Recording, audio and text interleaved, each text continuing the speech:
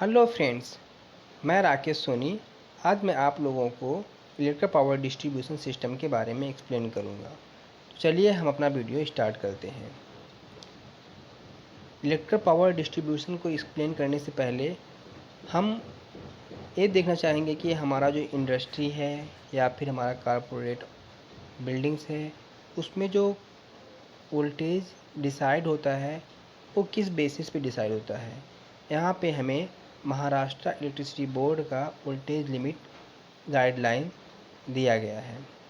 तो इसमें हम देख रहे हैं कि अगर हमारा लोड 40 एम्पियर से कम है तो हमें low voltage single phase supply लेना पड़ता है, और अगर हमारा लोड 40 एम्पियर से लेके 100 केवीए तक का है तो उस कंडीशन में हमारा load 3 face low voltage 3 face का कनेक्शन लेना पड़ता है। और हमारे जो बड़े कॉरपोरेट ऑफिस हैं या फिर बड़े बिल्डिंग्स हैं या फिर बड़े इंडस्ट्री हैं, तो वहाँ पे जो हमारा लोड अगर 100 केवीए से लेके 3000 केवीए तक के बीच का लोड है तो उस कंडीशन में हमें 11 केवी का सप्लाई लेना पड़ता है। और ये लोड बढ़ के 100 केवीए से लेके 7500 केवी तक का अगर लोड होता है तो हमें 22 केवी का सप्लाई लेना पड़ता है।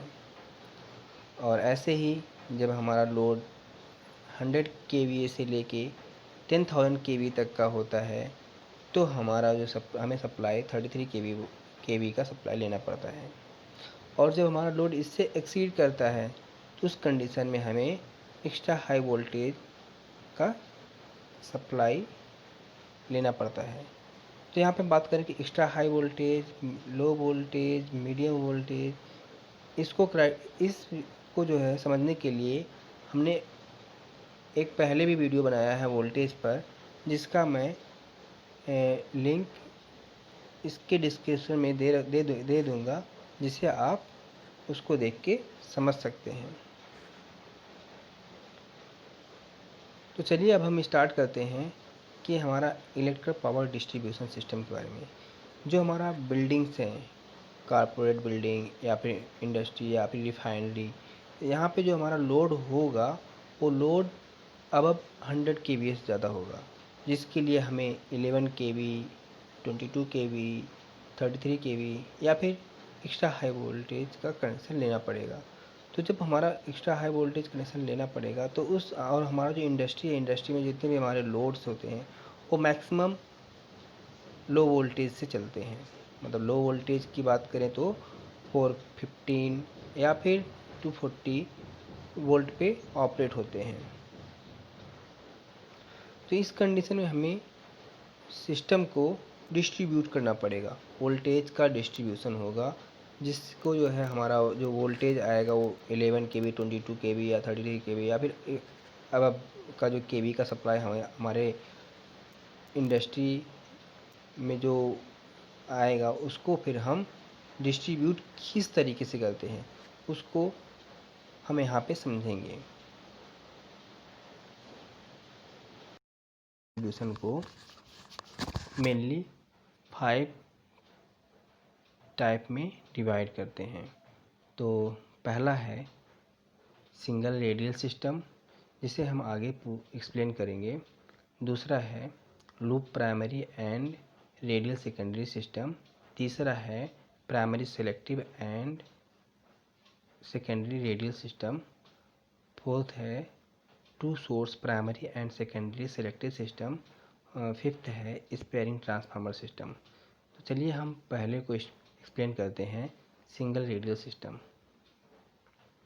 तो यहाँ पे सिंगल रेडियल सिस्टम को समझने के लिए यहाँ पे हमारे पास एक जो है एसएलडी है। एसएलडी से हम कोई एग्जांपल लेके हम सब चीज़ को एक अच्छे से समझ सकते हैं। तो यहाँ पे जो हमारा लोड आया हुआ है, यहाँ पे सिंगल लोड, जो एसटी का जो लोड है 11 केवी का, वहाँ पे सिंगल है। और यहाँ पे उसको वोल्टेज को स्टेप डाउन किया, ट्रांसफार्मर से स्टेप डाउन करके हम यहाँ पे ब्रेकर के थ्रू हम पूरे लोड को डिस्ट्रीब्यूट किए हैं। सप्लाई पूरे लोड को डिस्ट्रीब्यूट किया है।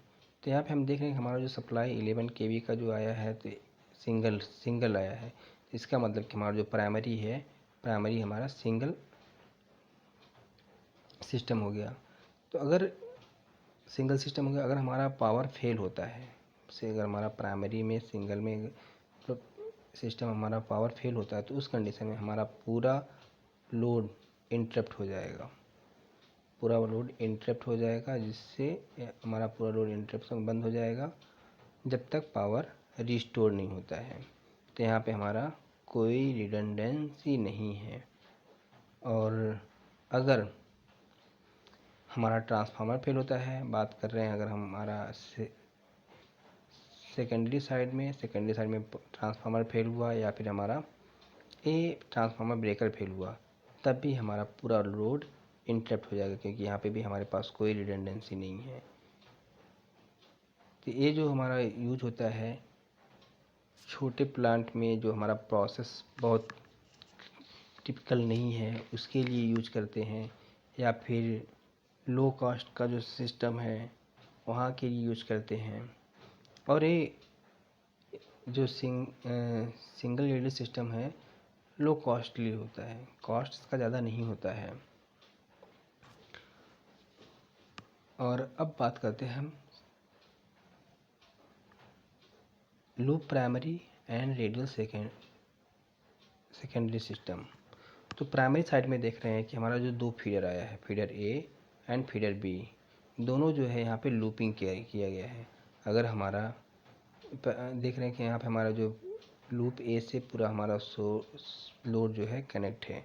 अगर बात करें कि हमारा अगर फीडर 1 फेल होता है, फीडर 1 अगर हमारा फेल हुआ तो उस कंडीशन में फीडर बी को हम मैनुअली लोड को ट्रांसफ़र करके हम फिर से इसको चार्ज कर सकते थे। यहाँ पे हमारा देख रहे हैं जो हमारा जो इंटरप्शन टाइम है, यहाँ से इंटरप्शन टाइम उस लूपिंग की वजह से हमारा कम हो जाएगा।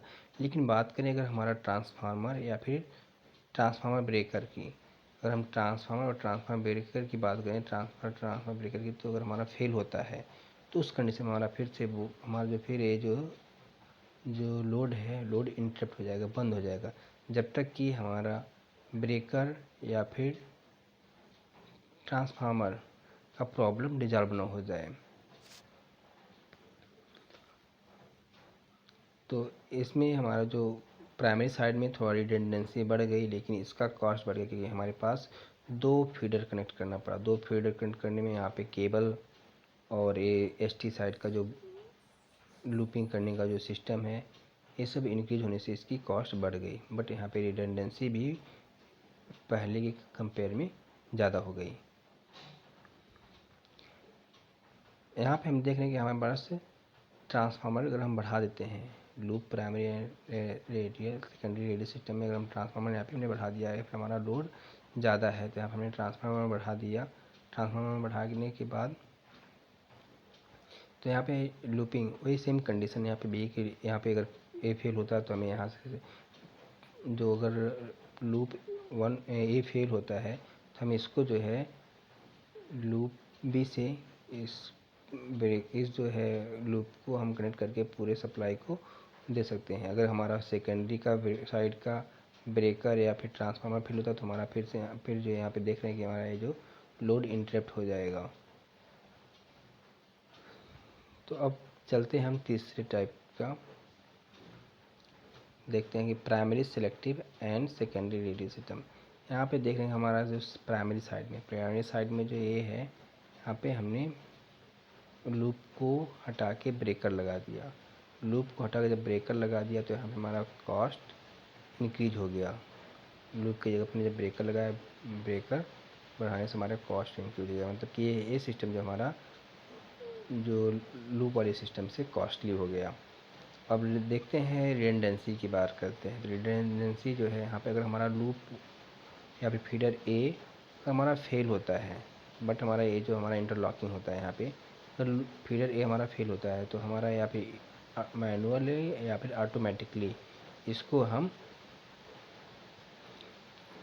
फीडर बी से कनेक्ट करके पूरे जो लोड को सप्लाई कर सकते हैं, जिससे कि आप हमारा इंटरप्शन टाइम या फिर विदाउट इंटरप्शन का हमारा लोड पे इफेक्ट नहीं पड़ सकता। यहाँ पे ब्रेकर लगाने से हमारा जो रिडंडेंसी और भी बढ़ गया है। बट बात करें हमारा सेकेंडरी साइड में सेम, अगर हमारा ट्रांसफार्मर या फिर ब्रेकर फेल होता है तो हमारा लोड पूरा इंटरप्ट हो जाएगा, जब तक कि ब्रेकर का या फिर ट्रांसफार्मर का प्रॉब्लम रिजॉल्व ना हो जाए। और ये जो सिस्टम है, लास्ट जो पीछे का जो दोनों सिस्टम से देखा, दोनों सिस्टम से ये सिस्टम हमारा कॉस्टली होता है, क्योंकि यहाँ पे जो केबल्स और ब्रेकर का जो है कॉस्ट बढ़ जाता है। बट उन दोनों के कंपेयर में ये सिस्टम जो है ज़्यादा रिडंडेंट होता है। अब बात करते हैं हम two source primary and secondary selected system. यहाँ पे देख रहे हैं कि हमारे पास प्राइमरी साइड में हमारा टू सोर्स है और ब्रेकर्स हैं। यहाँ पे देखेंगे हमारा ब्रेकर ए अगर फेल होता है, ब्रेकर ए फेल हुआ तो हमारा जो इसको टाई ब्रेकर लगा रखा है या फिर बस कपलर से ब्रेकर बी से हमें आ रहा है चार्ज हो जाएगा, जिससे हमारे पूरे दोनों ट्रांसफार्मर को सप्लाई मिलेगा। तो ये हमारा हम देख रहे हैं कि हमारा जो प्राइमरी साइड का सिस्टम, जो सिस्टम है ये जो है सेलेक्टिव है। यहाँ पे हमारा फुल 100% रिडंडेंसी है विदाउट इंटरप्शन। अगर हमारा एक सोर्स फुल होता है तो विदाउट इंटरप्शन हमारा दूसरे सोर्स से जो है सप्लाई लोड को प्रोवाइड हो जाएगा। अब बात करते हैं, देखते हैं कि हमारा सेकेंडरी साइड में यहाँ पे हमारा एक transformer A and transformer B. तो ट्रांसफार्मर ए अगर फेल होता है या फिर हमारा ट्रांसफार्मर ए का ब्रेकर फेल होता है, तो उस कंडीशन में क्या होगा कि अगर फेल होता है तो यहाँ पे जो हमारा इस लोड को इस बस कपलर के थ्रू ट्रांसफार्मर बी से बस कपलर के थ्रू चार्ज हो जाएगा, जिससे हमारा ये लोड विदाउट इंटरप्शन कनेक्ट रहेगा। यहाँ पे ट्रांसफार्मर ए का ब्रेकर, ट्रांसफार्मर बी का ब्रेकर और जो बस कपलर का ब्रेकर, इन सब में इंटरलॉकिंग होता है। अगर कोई भी एक ब्रेकर में कोई प्रॉब्लम बनता है तो तुरंत हमारा जो है ये बस कपलर विदाउट इंटरप्शन में मतलब इमीडिएट कनेक्ट हो जाएगा, जिससे हमारे लोड पर कोई इफ़ेक्ट नहीं पड़ेगा। बट जो हमारा यहाँ पे दोनों ट्रांसफार्मर एक फुल लोड के लिए डिज़ाइन होते हैं। फुल लोड के लिए हमारे लिए एक ट्रांसफार्मर और एक ट्रांसफार्मर डिज़ाइन होते हैं। तो इस तरीके से देखने के बाद हमारा जो सिस्टम है फुल्ली रिडंडेंट है और रिलायबल है। बट यह सिस्टम जो है लास्ट 3 सिस्टम से कॉम्प्लेक्स है और कॉस्टली है, क्योंकि यहाँ पे ब्रेकर्स और ट्रांसफार्मर और केबल के साइज़ जो इंक्रीज़ हो रहे हैं, इसलिए जो ये सिस्टम हमारा वेरी कॉस्टली है compare to the last 3 system के। अब बात करते हैं कि हमारा स्पेयरिंग ट्रांसफार्मर सिस्टम। यहाँ पे स्पेयरिंग ट्रांसफार्मर जो हमारा, या फिर हम इसको बोल सकते हैं N+1 सिस्टम। N+1 सिस्टम में बात करें कि जैसे हमारा प्राइमरी से सारा जो है लोड ट्रांसफार्मर कनेक्ट है। अगर मान लिया कि हमारा ए ब्रेकर फेल होता है, ए ट्रांसफार्मर फेल होता है, इस ट्रांसफार्मर फेल होने से हमें इसको जो है रिप्लेस करके, इस ब्रेकर को रिप्लेस करके हम यहाँ पे दूसरे ट्रांसफार्मर को, यहाँ पे जो हमारा स्पेयरिंग ट्रांसफार्मर उसको ट्रांसफार्मर को हम यहाँ पे कनेक्ट कर सकते हैं। इसलिए हम इसको बोलते हैं स्पेयर ट्रांसफार्मर सिस्टम। और हमारे भी इस वीडियो को देखने के लिए बहुत धन्यवाद। अगर हमारा वीडियो आपको अच्छा लगे तो लाइक करें, शेयर करें और मेरे चैनल को सब्सक्राइब करें और बेल आइकन को दबाना ना भूलें। धन्यवाद।